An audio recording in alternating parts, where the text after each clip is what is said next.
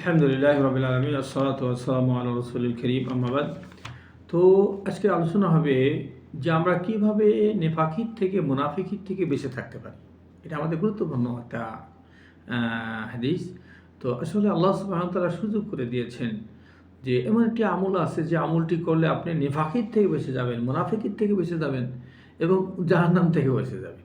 এই আমলটি হলো, একটু ভেবে দেখি আমরা, রাসূল সাল্লাল্লাহু আলাইহি ওয়াসাল্লাম বলেছেন যে ব্যক্তি মানসাল্লা আরবাইন ইয়ামান, যে ব্যক্তি তাকবীরাতুল উলা, যে ব্যক্তি 40 দিন তাকবীর উলার সাথে নামাজ আদায় করলো, তো আল্লাহ সুবহানাহু ওয়া তাআলা তাকে দুইটা নিয়ামত দান করেন, বারাতু মিনান নার ও বারাতু মিনান নিফাক, যে জাহান্নামের আগুন থেকে আল্লাহ তাকে নাজাত দিয়ে দিবেন এবং নিফাকির থেকেও সে নাজাত পেয়ে যাবে। দেখেন এই আমলটা আমরা একটু করি, 40 দিন আপনি তাকবীর উলার সাথে নামাজটা আদায় করার চেষ্টা করবেন, তাহলে আল্লাহ সুবহানাহু ওয়া তাআলা দুইটা নিয়ামতে আমাদেরকে দান করবেন, নিয়ামত।